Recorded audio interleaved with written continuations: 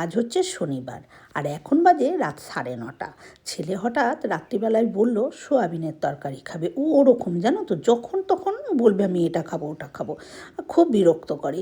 দিয়ে তারপরে এদিকে দেখো ঘরে একটু টমাটো নেই, তরকারিতে একটু টমাটো না দিলে কি ভাল লাগে। তারপরে সোয়াবিন সাধারণত আমরা মাংসের মতন করে রান্না করি আদা রসুন দিয়ে, কিন্তু শনিবারের জন্য দেওয়াও যাবে না।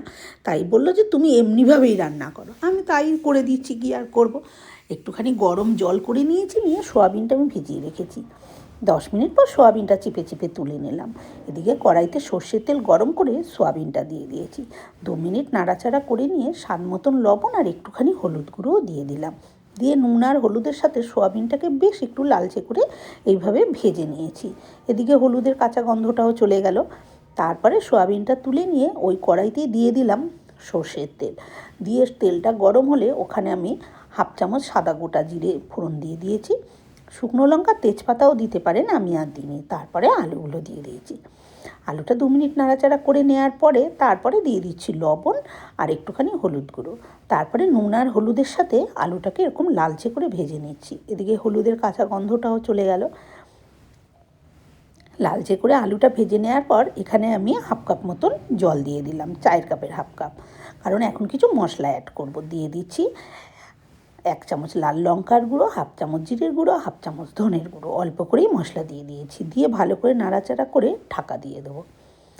2 মিনিট পর ঢাকনাটা খুলে নিয়েছি। দেখুন মশলা থেকে তেল সেপারেট হয়ে গেছে। সেই সময় আমি দিয়ে দিলাম ভেজে রাখা সোয়াবিনটা। আর সোয়াবিনটা দিয়ে তারপরে আলু আর সোয়াবিন মশলার সাথে খুব ভালো করে গ্যাসের আঁচটা লোতে করে দিয়ে আমি 2-3 মিনিট এইভাবে নাড়াচাড়া করে নিলাম।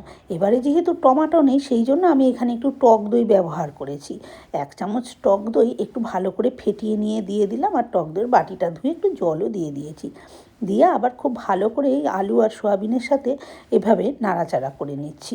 টক দইটা কিন্তু আগেও দেওয়া যেত, যখন আমি আলুর মধ্যে মশলা দিয়েছিলাম, কিন্তু সে সময় আমার মনে ছিল না টক দইয়ের কথা, তাই আমি পরেই দিয়েছি।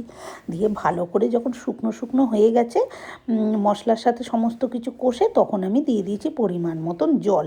ঝোলটা নিজেদের পছন্দ মতন রাখবে, না সেরম অনুপাতেই জলটা দিতে হবে। তারপরে 2 মিনিট ঢাকা দিয়ে দিয়েছিলাম। 2 মিনিট পর ঢাকনাটা তুলে 2-1টা আলু ভেঙে দিলাম। ঝোলের আলু ভেঙে দিলে কিন্তু হেভি স্বাদ হয়। আর নামানোর আগে একটুখানি ঘি আর একটুখানি গরম মশলা ছিটিয়ে দিলাম। তৈরি হয়ে গেল না খুব সুন্দর সোয়াবিনের তরকারি। ভিডিওটা কেমন লাগলো কমেন্ট করে অবশ্যই জানাবেন। ধন্যবাদ।